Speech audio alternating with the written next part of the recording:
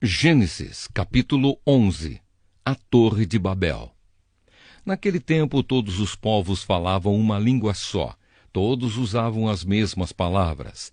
Alguns partiram do Oriente e chegaram a uma planície em Sinar, onde ficaram morando. Um dia disseram uns aos outros: "Vamos, pessoal, vamos fazer tijolos queimados."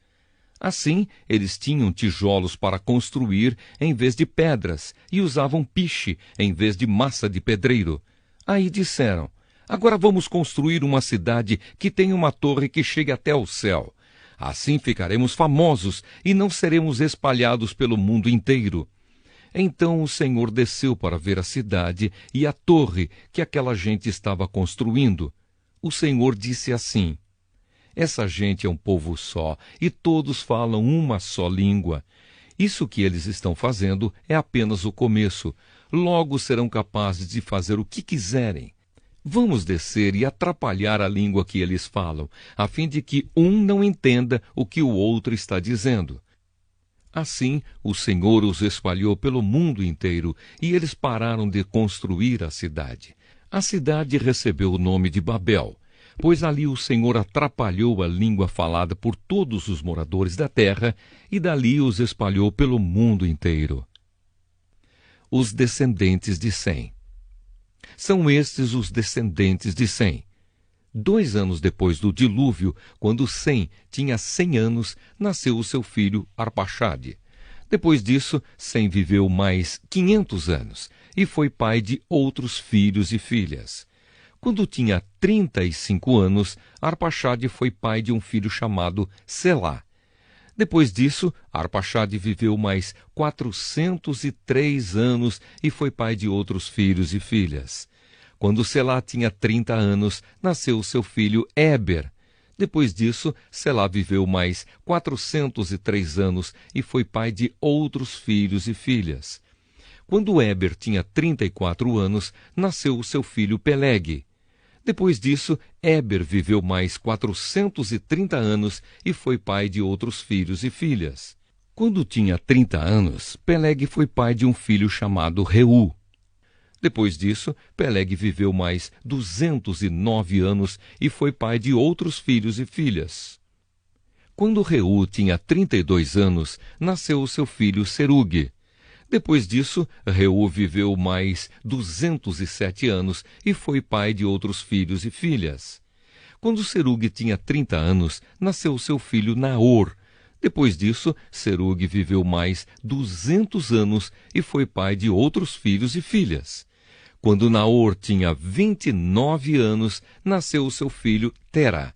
Depois disso, Naor viveu mais 119 anos e foi pai de outros filhos e filhas. Depois que completou 70 anos de idade, Tera foi pai de 3 filhos, Abrão, Naor e Harã. Os descendentes de Tera. São estes os descendentes de Tera, que foi o pai de Abrão, de Naor e de Harã. Harã foi o pai de Ló. Tera ainda vivia quando seu filho Harã morreu na Babilônia, na cidade de Ur, onde havia nascido. Abrão casou com Sarai, e Naor casou com Milca.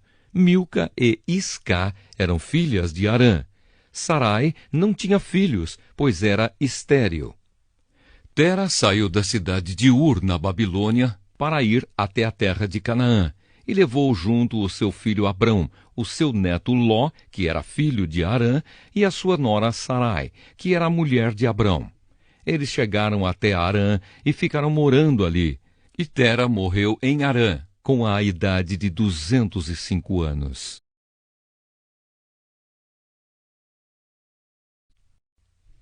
Gênesis, capítulo 12. Deus chama Abrão. Certo dia, o Senhor Deus disse a Abrão: "Saia da sua terra, do meio dos seus parentes e da casa do seu pai, e vá para uma terra que eu lhe mostrarei. Os seus descendentes vão formar uma grande nação. Eu o abençoarei, o seu nome será famoso, e você será uma bênção para os outros. Abençoarei os que o abençoarem, e amaldiçoarei os que o amaldiçoarem. E por meio de você eu abençoarei todos os povos do mundo. Abrão tinha 75 anos quando partiu de Harã, como o Senhor havia ordenado. E Ló foi com ele. Abrão levou a sua mulher Sarai, o seu sobrinho Ló, filho do seu irmão, e todas as riquezas e escravos que havia conseguido em Harã. Quando chegaram a Canaã, Abrão atravessou o país até que chegou a Siquém, o lugar santo, onde ficava a árvore sagrada de Moré. Naquele tempo, os cananeus viviam nessa região. Ali o Senhor apareceu a Abraão e disse: Eu vou dar esta terra aos seus descendentes. Naquele lugar, Abrão construiu um altar a Deus, o Senhor, pois ali o Senhor havia aparecido a ele. Depois disso, Abrão foi para a região montanhosa que fica a leste da cidade de Betel, e ali armou o seu acampamento. Betel ficava a oeste do acampamento e a cidade de Ai ficava a leste. Também nesse lugar, Abrão construiu um altar e adorou o Senhor.